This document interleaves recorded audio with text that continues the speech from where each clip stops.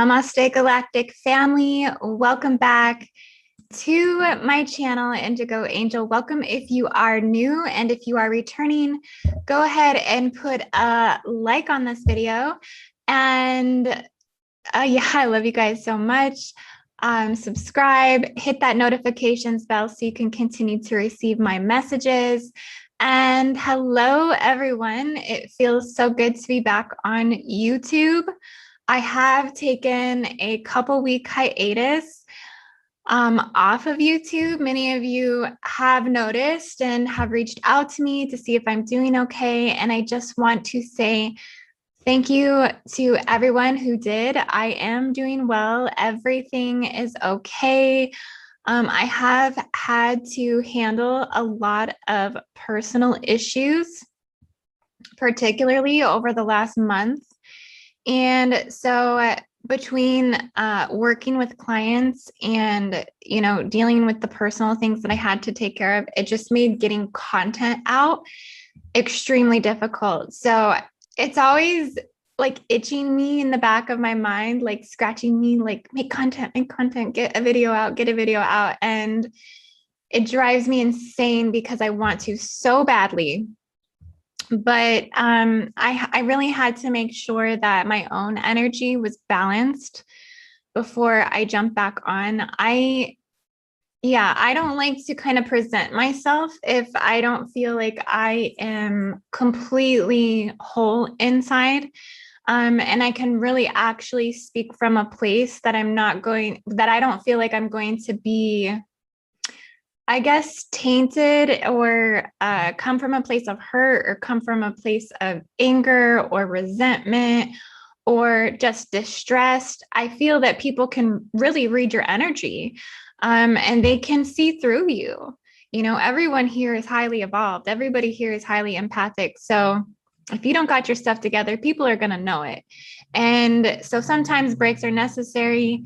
And I'm just happy that I listened to myself and just took the time that I needed to work through the things I needed to work through. This summer has really been quite tumultuous, to say the least.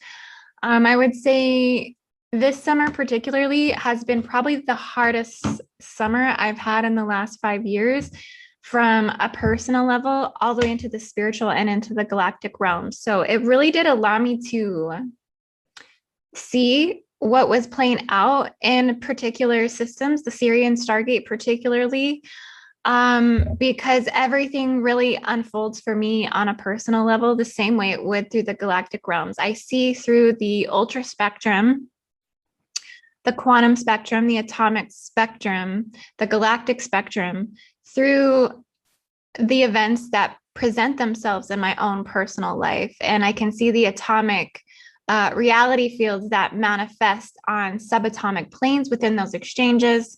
And so, it's just one way that I see interdimensionally and can understand greater dynamics that are playing out. So everything is a blessing. Everything is a lesson. Everything is guiding me to better understand the cosmic dynamic of things, the diverse dynamic and the intricacies of those things. So I really get into an observative space when things like this start playing out.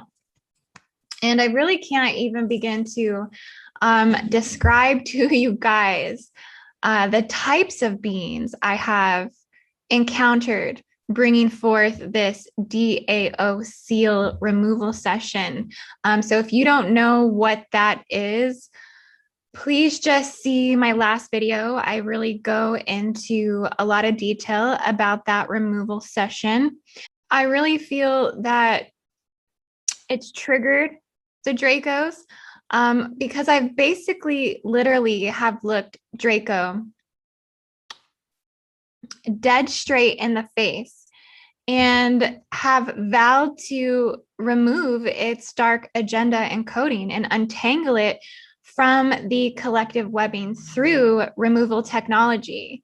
And so they don't really like that so much. So what has been unseen and hidden in the unconscious collective field so well for so long, and still really actually is, this is really just beginning to become something that is more collectively conscious, even though it is playing out in the consciousness communities. But these particular seals, and the dynamic descriptions of them, and what they're actually really feeding upon in the biological systems, this is really yet to be revealed. It's cutting edge. It's on the tip of breaking through, just as when I went through the revelations of birthing the Hyderian consciousness into the collective.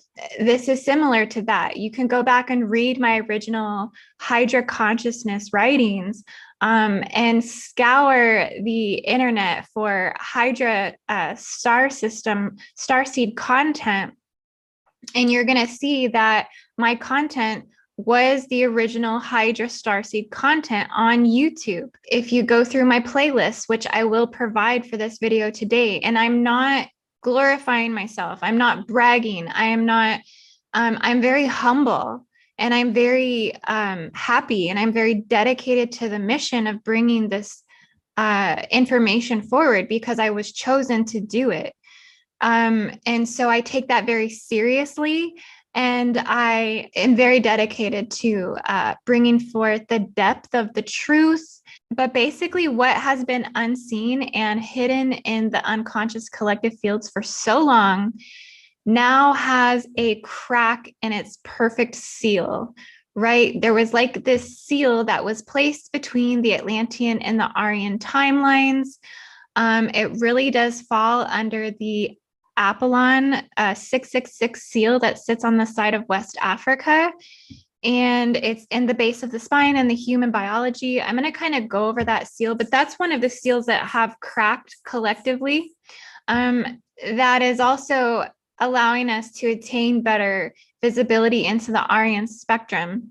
So I have been basically going in interdimensional cosmic spaces with mirrors, and I have been shining reflective light in the darkest spaces of the cosmos. And because of that, they have sent me some of their biggest bosses that are lurking in the shadows, to come and basically try to torment me.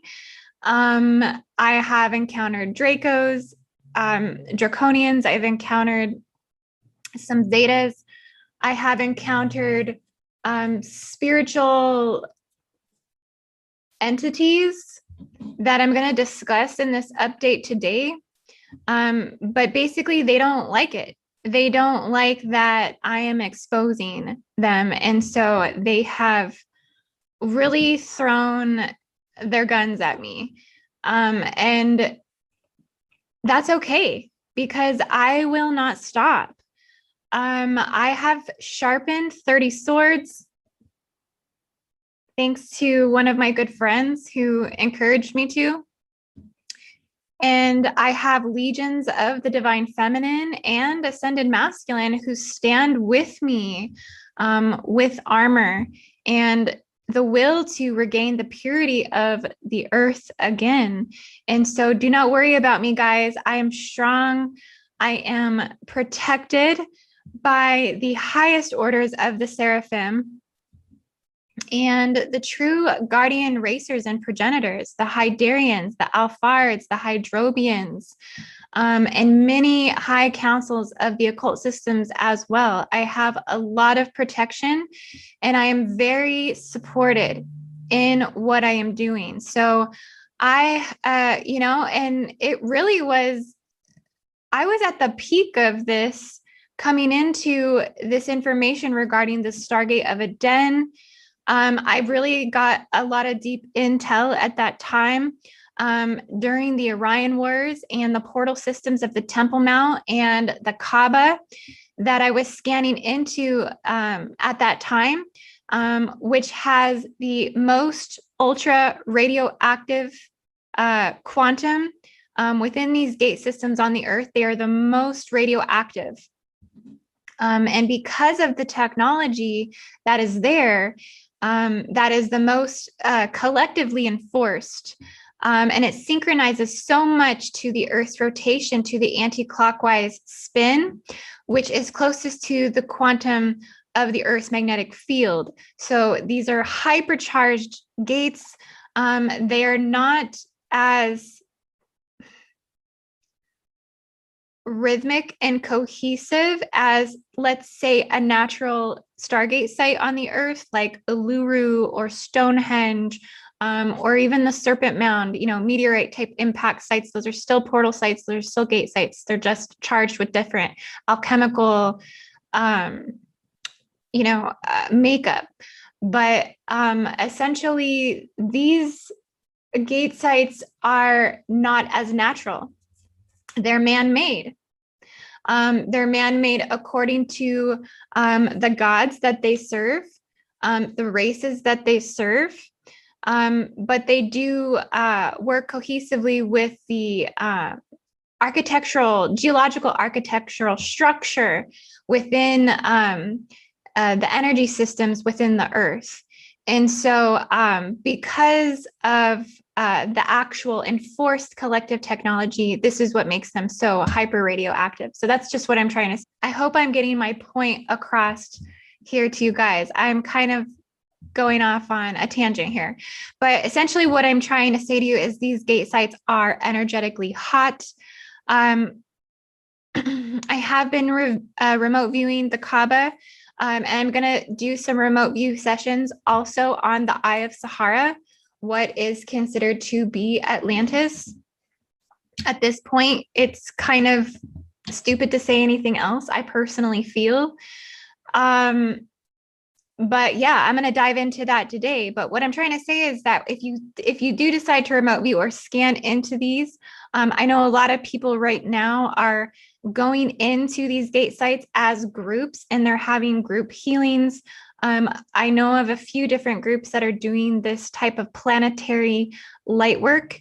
I just want to say, if you go into these particular locations, the Temple Mount, the Kaaba, or the Eye of Sahara, you definitely want to remote view wearing EMF protection, shungite, or even a mirror around your neck. So wear a shungite and also a mirror because it is reflective.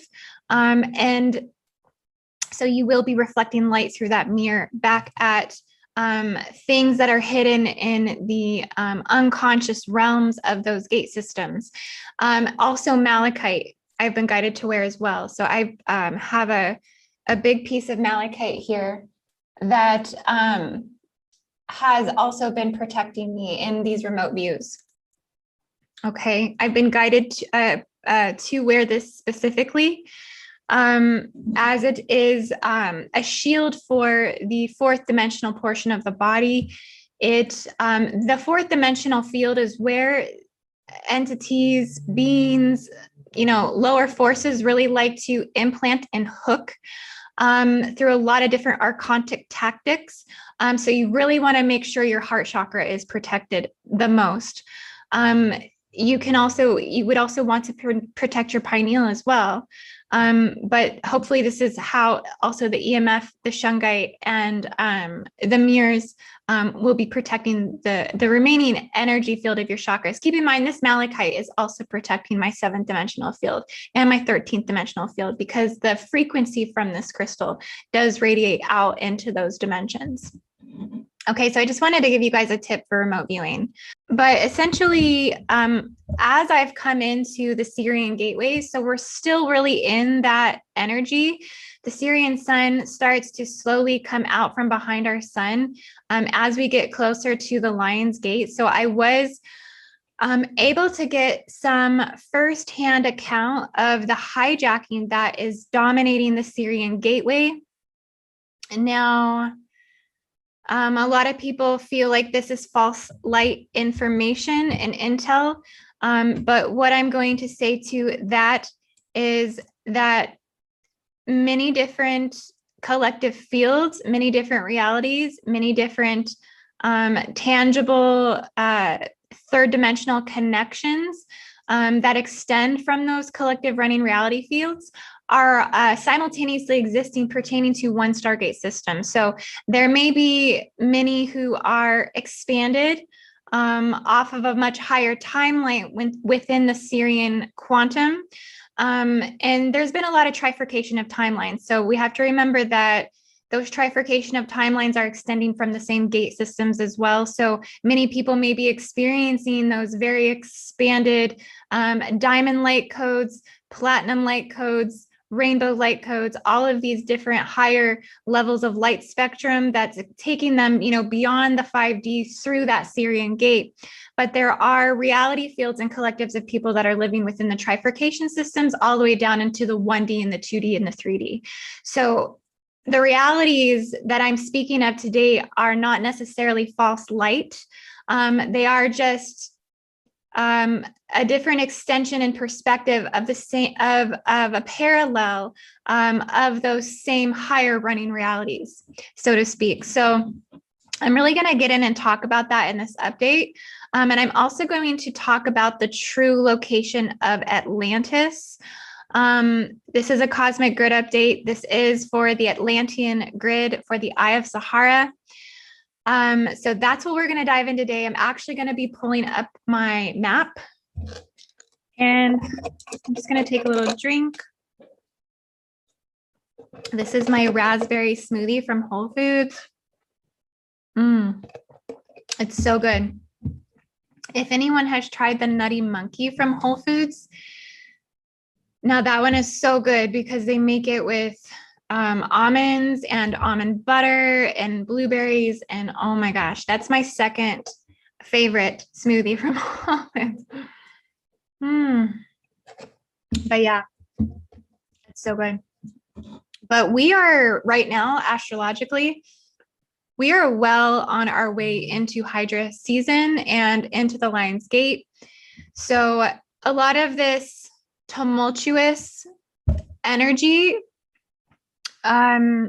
if you're experiencing this should be beginning to ease up before we go into harvest in the September months, which are always about abundance and, reaping the benefits of all of your hard work. I love September. September is probably my favorite time of the year because I really do fully always feel the full height of that harvest. And just every September for me is always a very, very good time. So I'm going to go ahead and pull up my map. And of course, guys, I am going to put a disclaimer on this video as per usual. I've been putting a lot of disclaimers on my things as of lately. It's just very important due to the occultism of the things that I speak of. Is essentially spiritual and theoretical in nature. And I can make no claims or promises as to the factuality of the ideas and perspectives presented. And I can neither fully prove or disprove the information that I present today. The disclaimers are helpful because it just allows people to understand that if you do listen today, you do so at your own gnosis. My advice is and always has been to vet out the information yourself. Always stay true to what resonates within you, and do not fully give yourself to something that you do not fully understand. This is how we can really accept things that are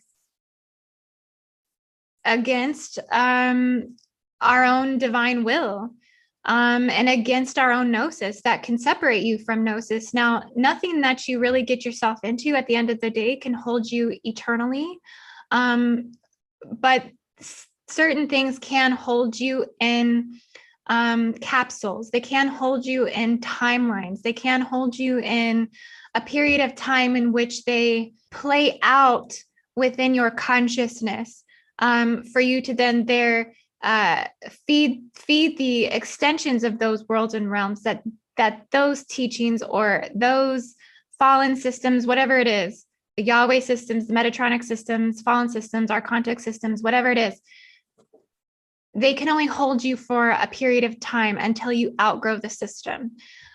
So always stay true to your gnosis. Do not allow teachings, teachers, way showers, anything to come between you and your own gnosis.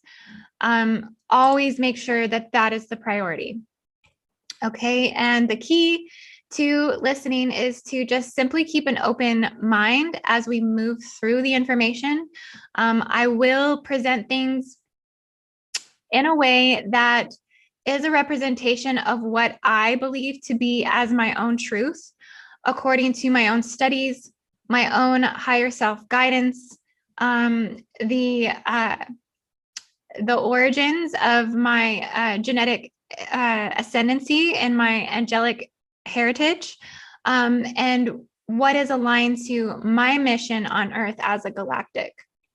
So my mission always has been to get to the bottom of corruption, deconstruct demonization, and polarization on this Earth. And I stand with the Hydra systems as an ambassador of the serpent immortality as the progenitor mother race of the Lemurian and the Pleiadian systems. Okay, so I feel that I am qualified and quantified to speak of these things, and therefore I do. So yeah, guys, I love you so much. Make sure to put a like on this video. If you are down with this cosmic grid update today, we are going to start by talking about the Richat structure. So let me pull up my map.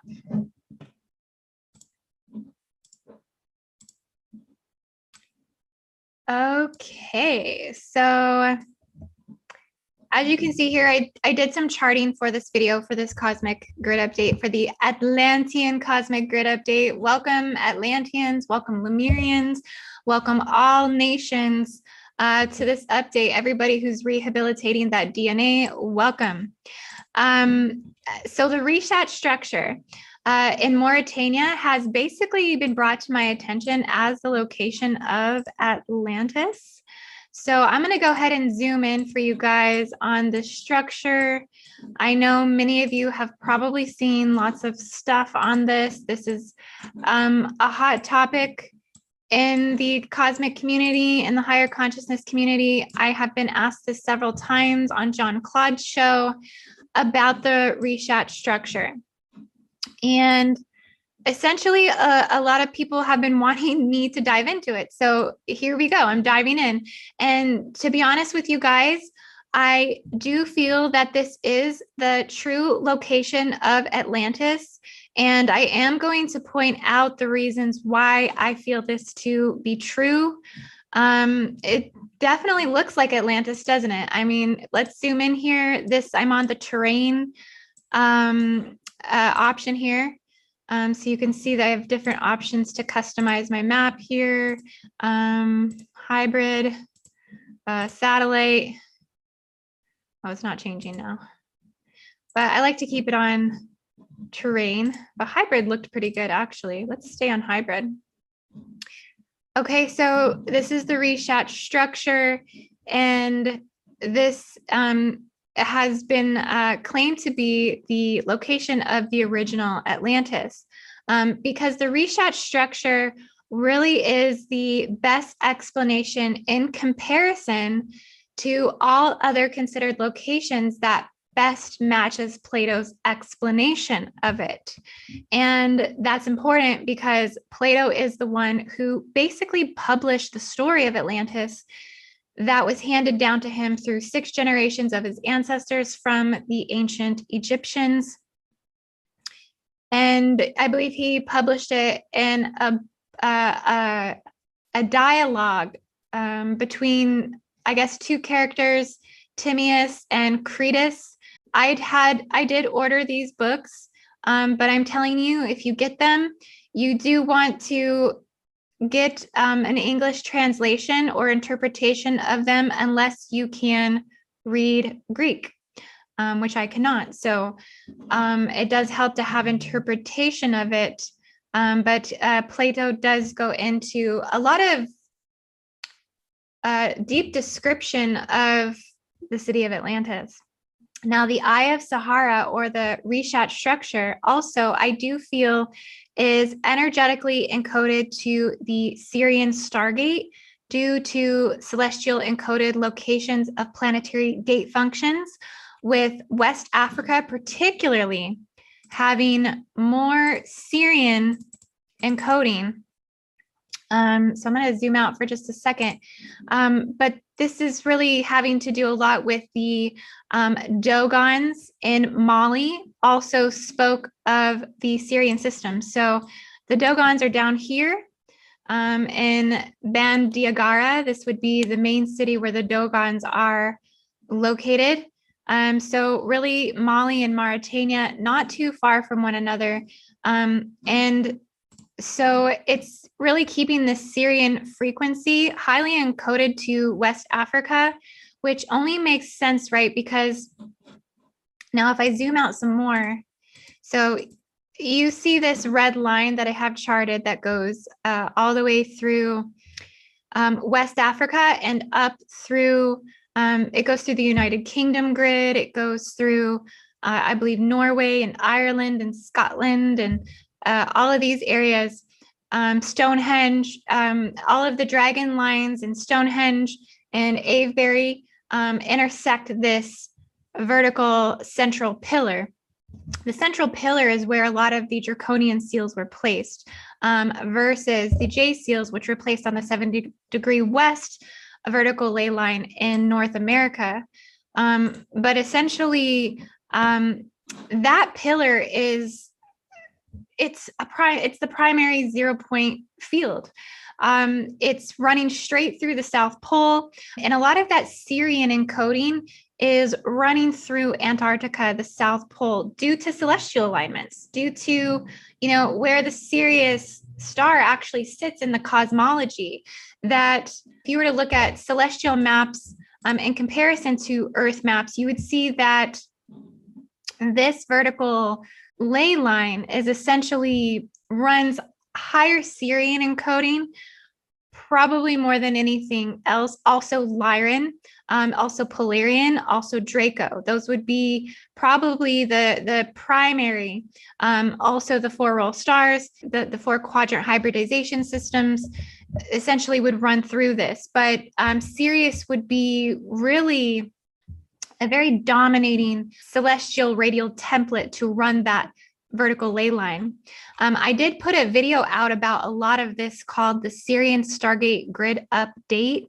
It's an occult Stargate. It's where I go over occult Stargate sites, and I go over the specific ley lines and Stargates according to the Sirian gate, where I cover other aspects that may fill in gaps on today's update.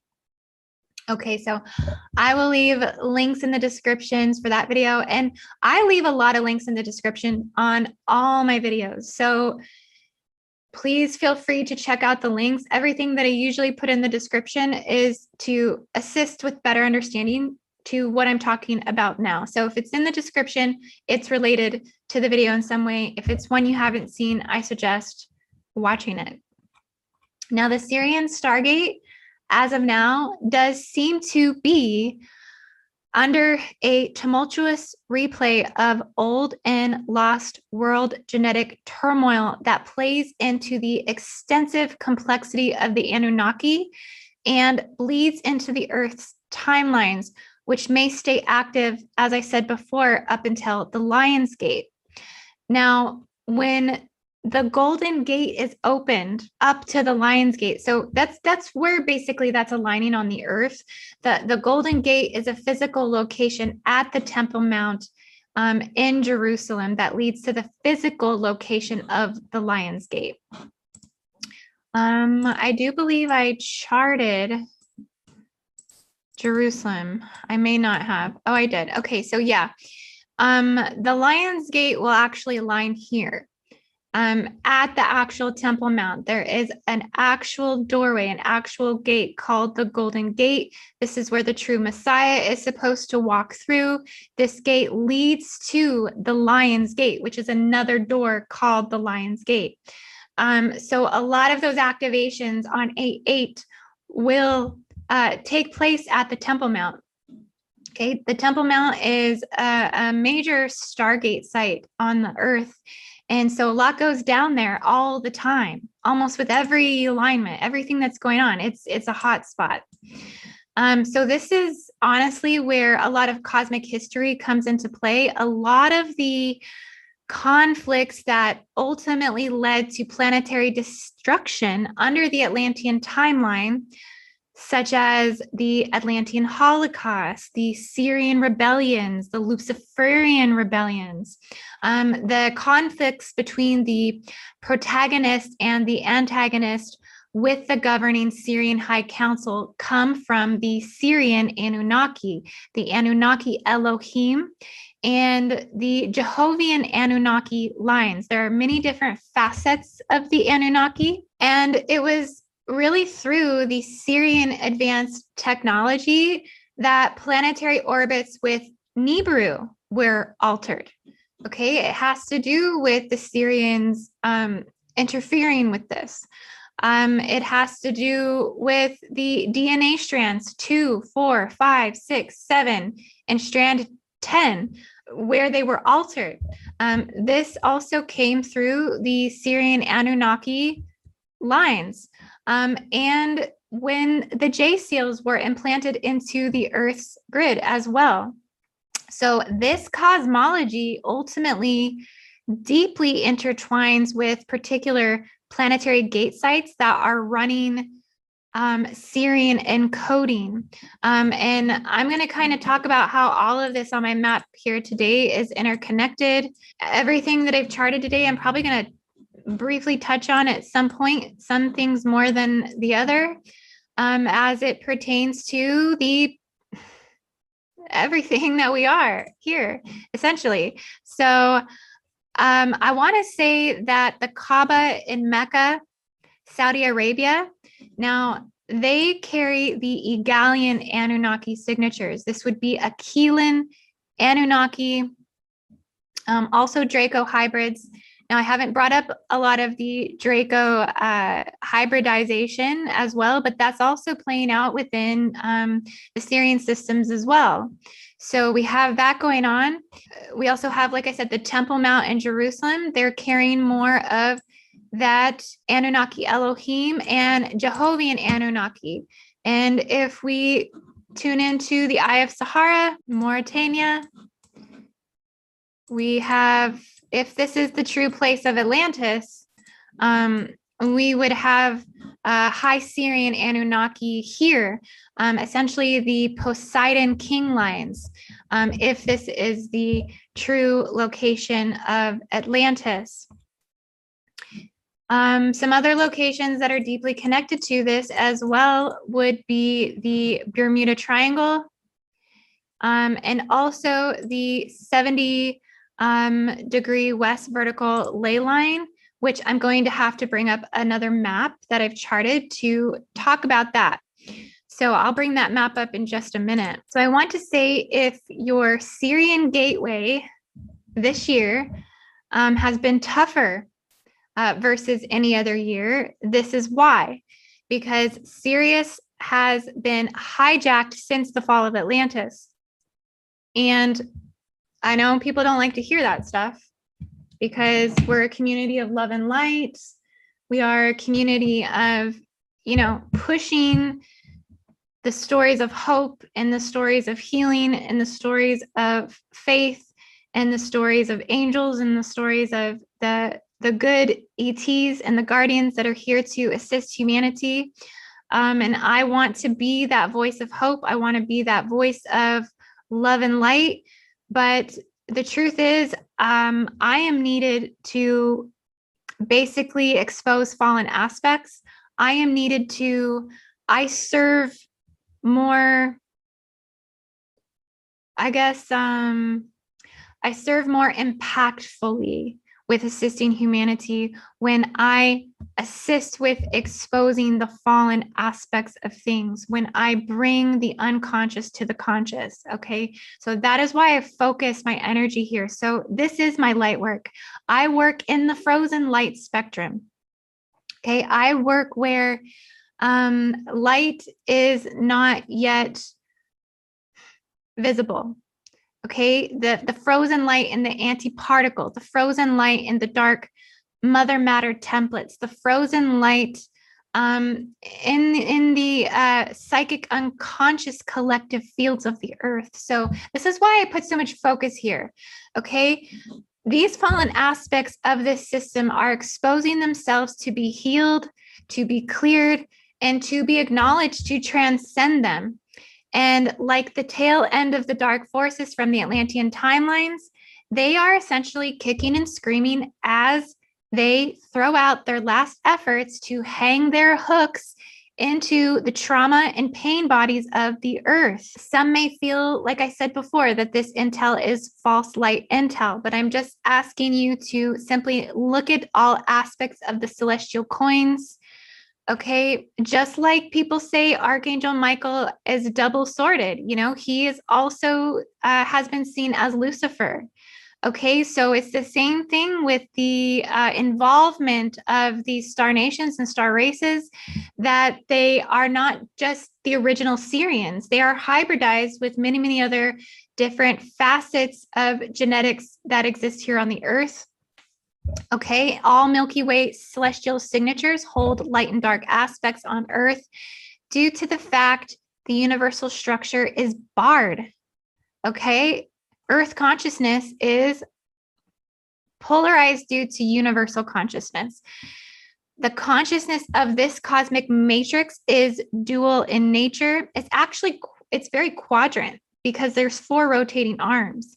But those are concepts of consciousness that humans can't necessarily fully break down because we only have 2 hemispheres of the brain. We don't have 4 hemispheres of the brain. So if we were 4 hemisphered being, we would interpret the quadrant type realities versus the polarized type realities. Okay. And the apex point in the Earth's central pillar is also polar. Okay, we have Polaris. You think that these names given are just a coincidence? Because they're not. The Ursa Major system, the South Pole, all polarized systems. All of these running everything from ultralight spectrum to frozen light spectrum, which is the highest expansion into the conscious realms to the most deepest spectrum into the unconscious realms. And let me tell you guys, everything is already light. Everything, even the shadow. Shadow is, like I said, frozen light in the antiparticle fields. So the Sirian system leads us to the planetary gate systems that are gateways to the lost worlds. This is what makes this system diverse and highly complex. And within the lost worlds are the lost beings, are the lost entities, the frozen light lost entities, and the wisdoms that we have forgotten. And through and under the Sirian gate is really where the Sophia's energy becomes enclosed within the material forms of humanity and gets trapped in the material universal form. Okay, so I'm just letting you guys stare at my map for a minute while I go through this. I hope you guys don't mind. It's just important because, as I told you, a lot of beings in this frozen light spectrum presented themselves to me. So if you guys dive into the Gnostic teachings, Sophia births the demiurge. Okay, the lion head serpent body. This is an actual astrological alignment every single year that the demiurge reemerges. It is when Regulus overlaps the Hydra system through the gateway of the Sirian sun. It comes through that gateway, which is where we are now astrologically at, is where this demiurge emerges. Okay, so I don't want you guys to be in fear that a demiurge is emerging. Okay, these are all archontic entities that already exist here. Okay, they're just basically getting a power boost. They're getting a revealing, they're getting a revelation, they're getting the Tower card. They're getting the Death card in the tarot. You know, things are ending, things are beginning. Okay, it's a catalyst, a time of catalyst. Okay, so I believe this takes place within 0 to 13 degrees of Leo, because there is something about this alignment that clashes between the stairway to heaven. And Sophia births a being called the Yaldabaoth. And in Gnostic teachings, it is the Yaldabaoth, or the demiurge, that created the Garden of Eden and tells Adam and Eve not to eat the fruit. He is known by the Jews, the Christians, and Jehovah as the jealous God, and claims that he is the only God. In Gnostic teachings, he is portrayed as the evil God. So we have Yaldabaoth, this evil God, this jealous God, says only you can worship me as your God. Okay, so this is actually the God of the Christian Bible. This is the God that tells you nothing shall come before him. Okay, so this brings up beings through this frozen light, through this unconsciousness, through the depth of the shadow of these fallen systems. This brings up beings like the Azathoth, which is the shadow of God. Now, this is a cosmic being. This is a real monstrous looking being in the cosmos with like 1,000 razor sharp teeth. This is the dark archetypal type identity of the Yaldabaoth. This brings up the archons, because the demiurge created the archons in the image of 100 lesser angels. And this also is where the serpent gets demonized in the Bible. Okay, so when it was really Yaldabaoth who was causing the harm, and the serpent was trying to protect them from the Yaldabaoth, from the jealous God. Okay, the serpent represents immortality. The serpent represents wisdom. The serpent represents eternity. The serpent is the projection of the Hydra systems into the story of creation from the Christian standpoint of things. So, like I said, the God of the Christian Bible is considered to be the Yaldabaoth. So I bring this up because these are the same identity forms that were the reason for the fall of Atlantis. Okay, they were the same God mind emanations of wisdom, Sophia, that proved to be monstrous, again, according to Gnostic teachings. This all plays in, though. This is all interconnected. And these beings are triggered on Earth right now because they are losing their subscribers, so to speak. They are losing their power. And when this happens, they try to hold on to the weak, and they really hold on to the weak. Let me tell you, if you are weak-minded, if you are weak in gnosis, if you are weak emotionally, if you are naive, inexperienced in life, they will take every advantage that is available to them, manipulate them with every archontic trick, lies. Okay, lies are one of their number one tricks. Creating false illusions, creating false realities. Okay, they love to do this through a thing called confusion. They love to confuse. Okay, they want you to be so confused that you do not know what is right and what is wrong. Kind of similarly to the way, in my personal opinion, President Trump was portrayed to the United States. Okay, there was a lot of false illusions that circulated. There was a lot of not knowing if something was true or false. Okay. And that was the breakout point of a Yaldabaoth type archetypal insertion into the collective so glamorously. Okay. Now, I'm not saying that President Trump is Yaldabaoth, but if it feels like it resonates and there's some truth to it, then shall let it be. If not, then throw it out. You know what I'm saying? But essentially, they do this when they're trying to lose their power. And so they like to infuse confusion into the masses and infuse confusion into the weak. So that way they can continue to create here. Okay. They use the tactics of the archons because they are the archons, and they infiltrate, dominate, and control their weaker identified subjects. So I have a strong feeling, guys, with this being the location of Atlantis, getting back to Atlantis, that us as grid keepers and gatekeepers and way showers, and those of us doing group work, remote view work, that we're really focusing on this location from this point forward, because we need to start healing the eye of Sahara as grid workers and as gatekeepers by doing mission here to recover the fragmented pieces of the collective's identity and history. We must work on this location.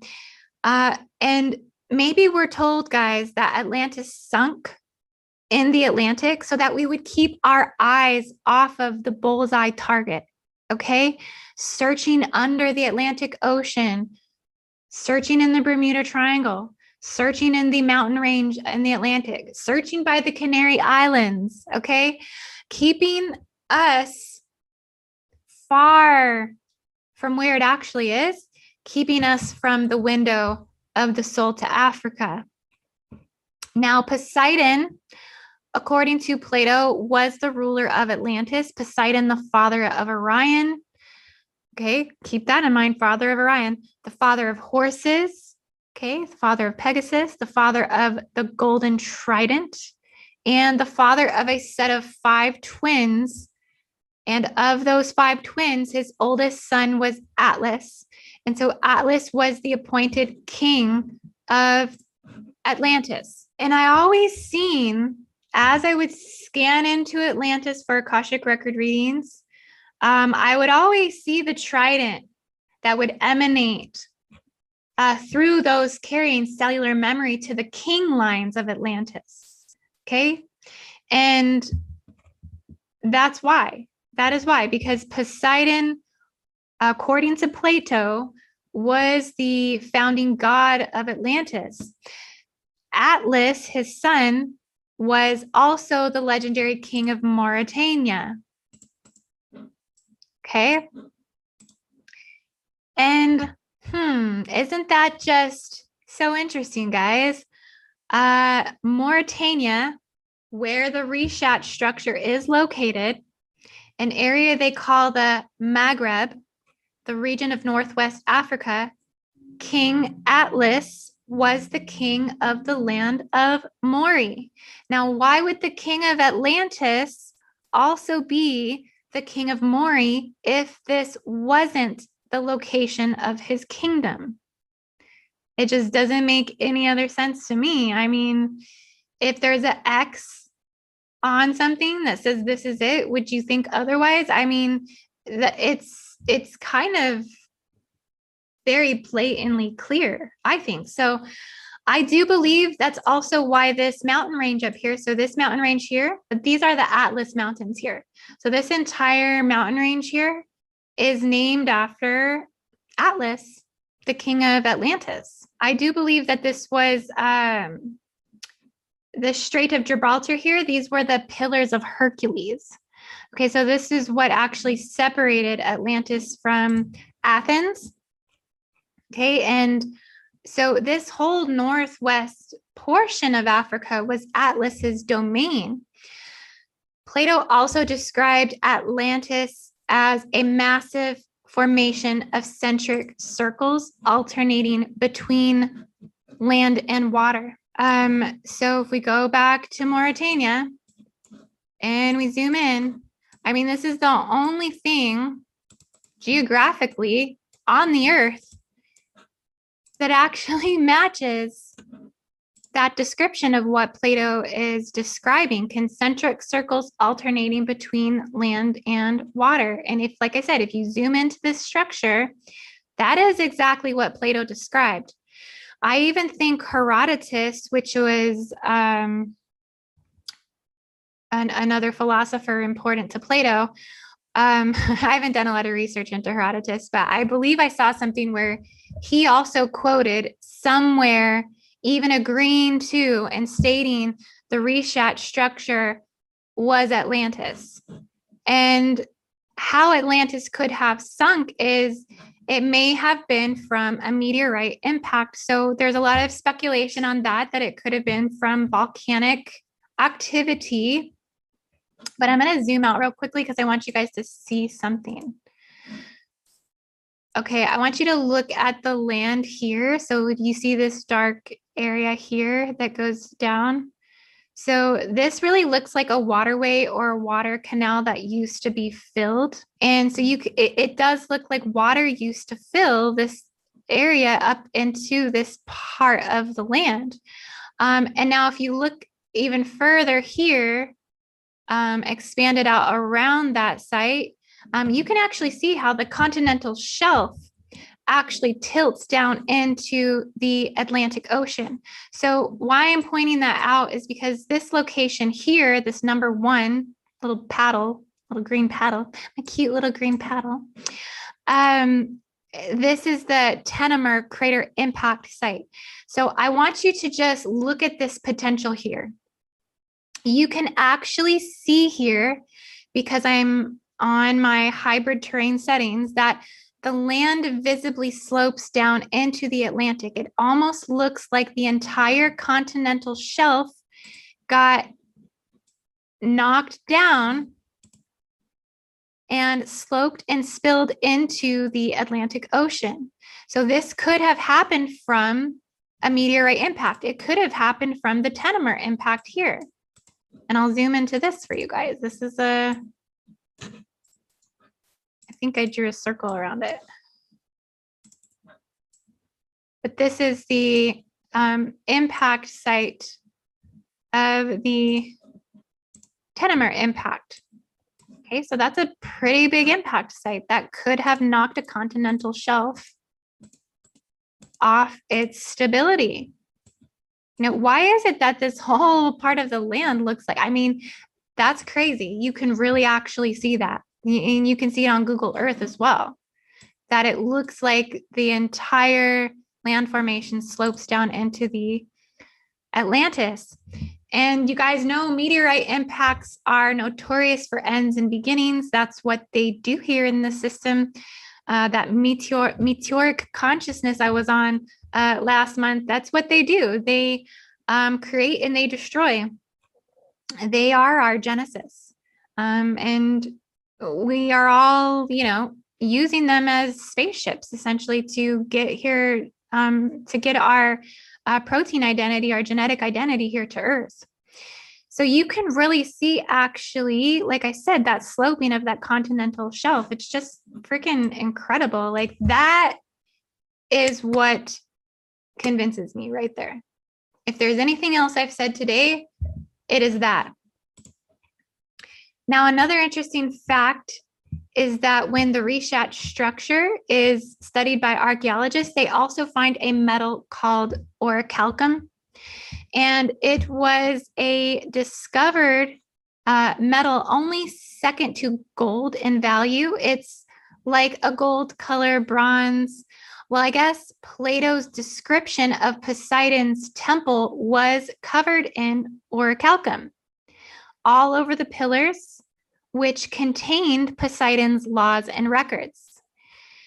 And there is actually a location. So I did some searching on YouTube of just as many videos I could of people actually entering into the Richat structure and getting boots on the ground footage, because I've never been there.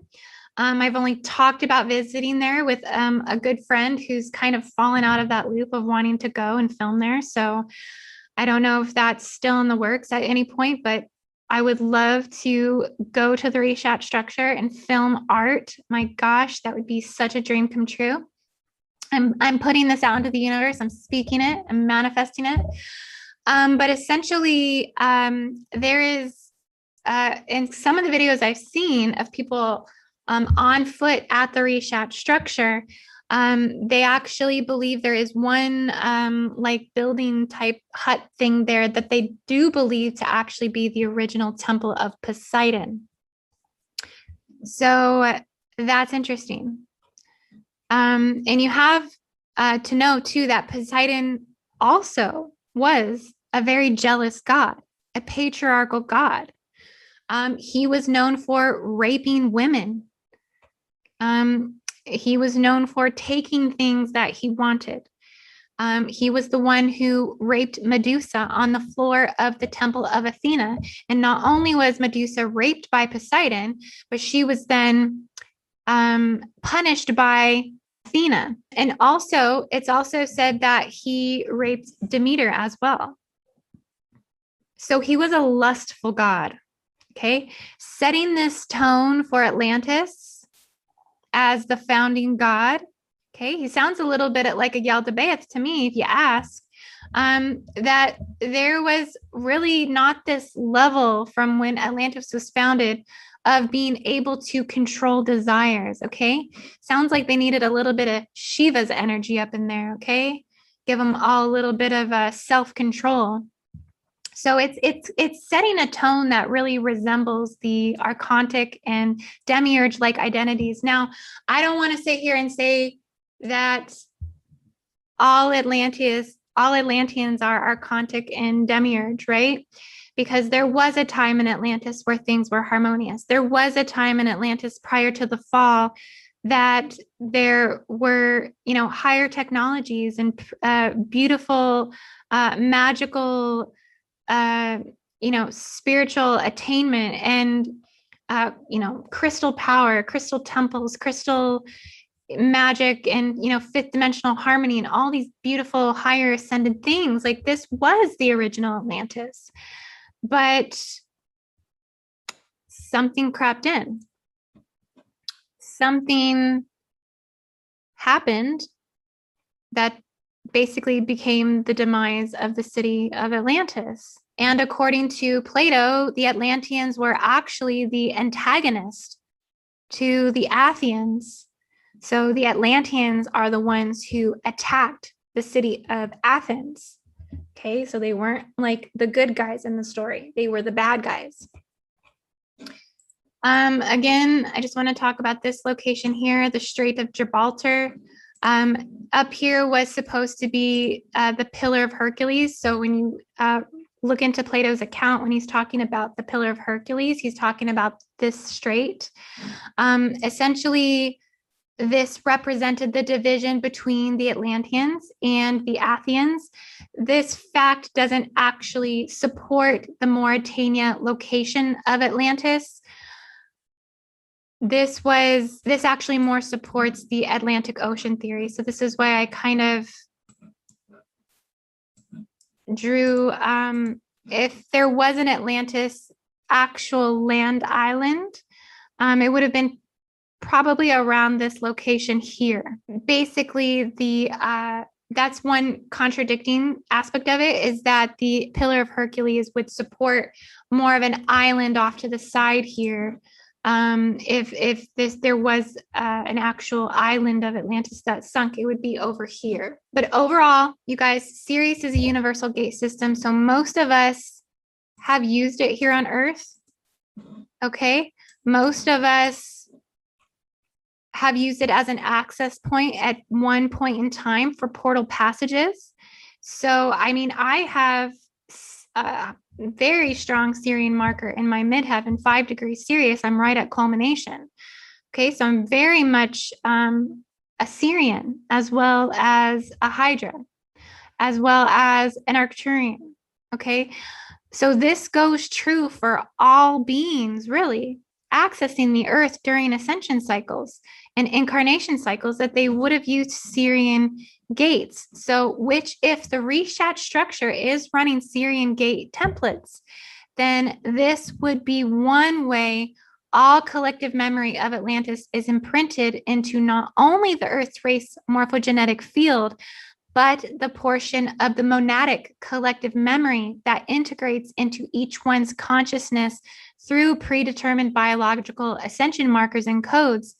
And voila, we have this shared human memory experience of Atlantis. But really, all gate systems, okay, so all activated sites, natural stargates, lunar stargates, which is something I haven't talked about in a very long time. I'd like to get back to that at some point. Man-made stargates, okay, all of them really run diverse dimensional radial sets of 12 to 36 dimensional rotation sets. So they are all, which means they're running multiple radial template diversity. Okay. So all of these are clearly running Sirian and Orion atomic influence, at least within these planetary geological points the most. Both the Eye of Sahara and the Kaaba sit on the same horizontal ley line. So I want to point something else out to you guys. So shout out to my sweet, dear girlfriend. I'm not going to say her name, but she knows who she is. But she pointed this out to me as we were going over this information the other night, that the Kaaba, okay, a very high-end Hegelian Anunnaki Stargate location, man-made Stargate location, sits on the same generating ley line as the Eye of Sahara. Okay, that same ley line generates through the Bermuda Triangle. So all of these are Atlantean staples, Atlantean grid markers. So they're running similarity in quantum entanglement. That's about at the 24-degree north horizontal ley line. That also extends, like I said, into the lower half of the Bermuda Triangle. And I did talk to you guys about that remote view that I did on the Temple Mount. Maybe it was like a month ago. I'll leave the links in the description. But I talked about the counterclockwise technologies that they are using here to funnel quantum into the Atlantean gate systems. Okay, I almost wanted to chart a triangle from Eye of Sahara to the Temple Mount and to the Kaaba and actually measure the angulation of that triangular geometry to find out, just get a better idea of what angulative technologies they could be using to potentially use this anti-clockwise technology from this location to this location to possibly to the Eye of Sahara, also all the way through to their decoy location, which would be the Bermuda Triangle. So I'm going to get into the decoy aspect of that. But they would be basically funneling quantum into the Atlantean gate systems and crystal generators.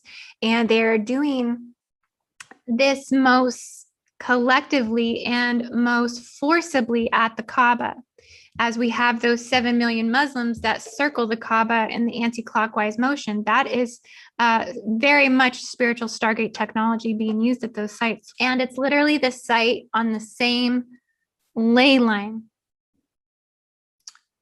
to the Atlantis location. Okay, I did talk about the inverted funnels and that quantum technology in that video. It's very important. It's what I was seeing, what was happening on the inner Earth transmission, the quantum mechanics of how it's actually happening. It was called 36-dimensional Stargate remote viewing the Temple Mount. Again, links will be in the description. Now, there is a lot of speculation that other locations of Atlantis, most predominantly the Bermuda Triangle, that this is a Stargate. Okay, it's considered the Atlantean Stargate at 25 degrees north, 71 degrees west at the bottom of the Atlantic. It's considered a natural planetary Stargate location. Now, this actually works as a transdimensional gate within planetary and biological Akashic fields, collective Akashic fields that assist one with accessing simultaneous running collective reality fields, running overlay grid networks. Okay, so this is what, this is where a lot of the overlay systems like the lion, the eagle overlay, the serpent overlays, the false, they're not false, but they're like control grids, energetic control grids that are placed over top of one another. They're fabricated and pinpointed into the Earth's grids at these locations. So this is also what this Bermuda Triangle is doing here, because it is geomagnetic. Okay, so it's sucking into, it's pulling down. So that's how it can pin down that grid. And it's also working, this one specifically within the 11-dimensional universal trees of life templates. So it also could be working with seals here. It is actually working with seals, and I'm going to show that to you in just a minute. This is a very heightened area for unexplained mysteries, disappearances of ships and aircraft. And, as many of you already know, looking at it from that 3D perspective, it's just that, it's mysterious. But us galactics, we know better, right? We know really what's going down here. The Bermuda Triangle, it stretches from the Bermuda to the Bermuda Triangle, Florida, to Puerto Rico. And it's also been referred to as the Devil's Triangle. And that is because, like I said, those seals, okay, so it's highly been affected from the crystal seal matrix. This is something we do actually remove in a Draco DAO seal removal. We remove that matrix system. We're done with it. We didn't get rid of it in the J seal. And it's funny that we don't get that taken out in a J seal removal. Why is that? Okay. Ooh, I got so many things to go back and just question. But we have that. And we also have the 666 Apollon seal, a collective planetary grid seal that basically means destruction. Okay. And like I said, we remove that seal, the 666 Apollon seal, we remove that in a J seal from the last vertebrae of the spine.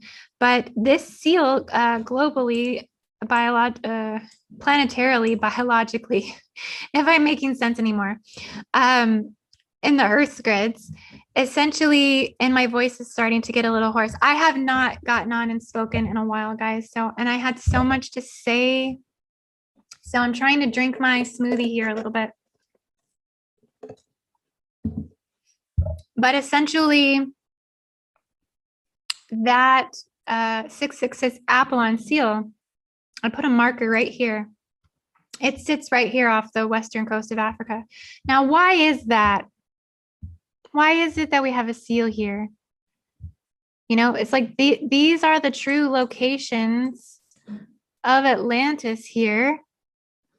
And they knew this and they sealed it off, but they're still using the generation of the quantum technology through the horizontal ley line to generate a false Atlantean grid in the Bermuda Triangle and power the J seals.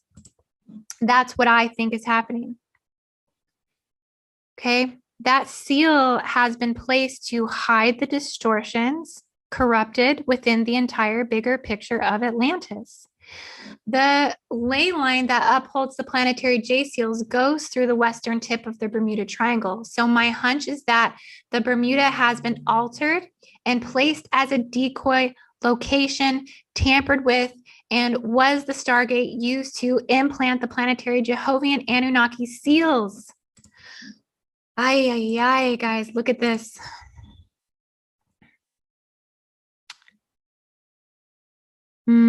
Which one is it?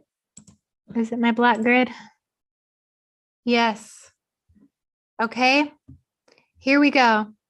So this is the tip of the Bermuda, and this is the ley line that holds all of the Jehovah Anunnaki seals that were implanted at the time of Atlantis to distort your second, fourth, fifth, sixth, seventh, and 10th strand of your DNA, to attack the feminine side of your biology, to implant disease, sickness, illness on the left side of your body. This keeps you tied into the fallen Yahweh and Metatronic systems. And yeah, guys, it's deep. It also carries the crucifixion wound. So all of the distortions of Christ. So it's from this particular 666 seal that sits off the coast of West Africa. Okay. This is what disallows people from being able to see these connections. Yeah, so it's deep. It's really deep. And I haven't talked a whole lot about the Draco seals. I did just put the session video up where I just basically explain everything, but I've yet to really incorporate them into updates and stuff. So I'll be, as time progresses and as I dive more into the just more as more things reveal themselves, essentially, I'll be bringing more information about the Draco seals. But as I said before, they pertain most predominantly to the vertical ascension column is where those ones are placed. So they just went straight for the core. They didn't care. They didn't think they had to decoy or distort something. They're dominators. They like to dominate. So they put them in the center.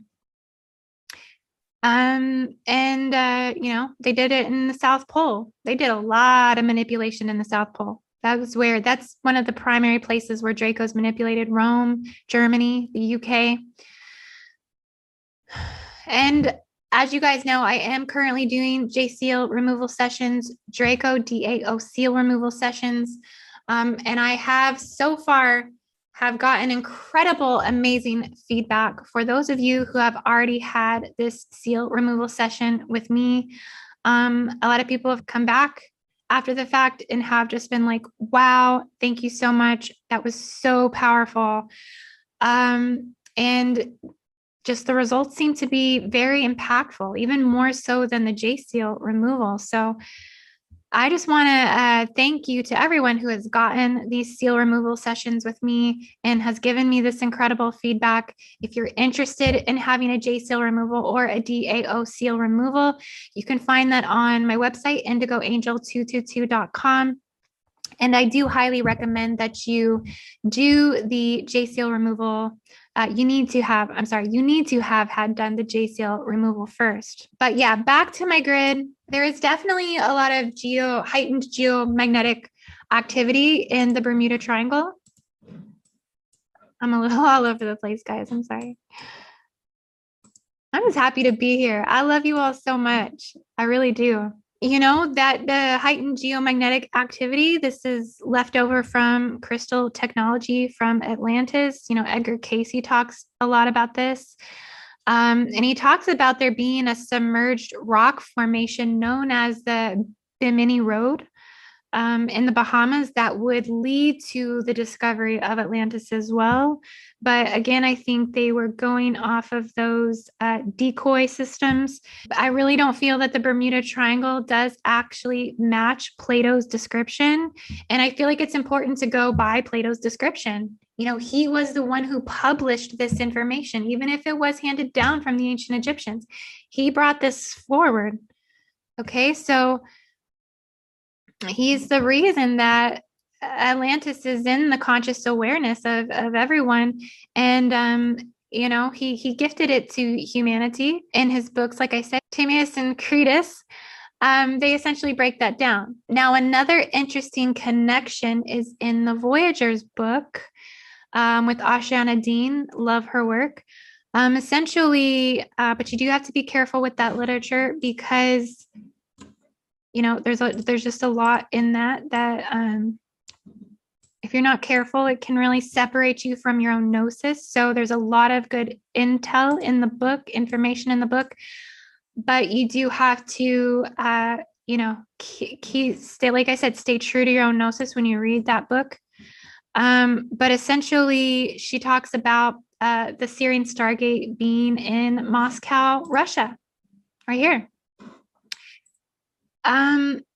They consider it to be a Sirian Stargate, which seems somewhat, for me, a little bit out of the loop, given when you really start diving into the geological locations according to planetary civilizational history, according to the dogons, Plato, Atlantis, a lot of the archaeological accounts of these things.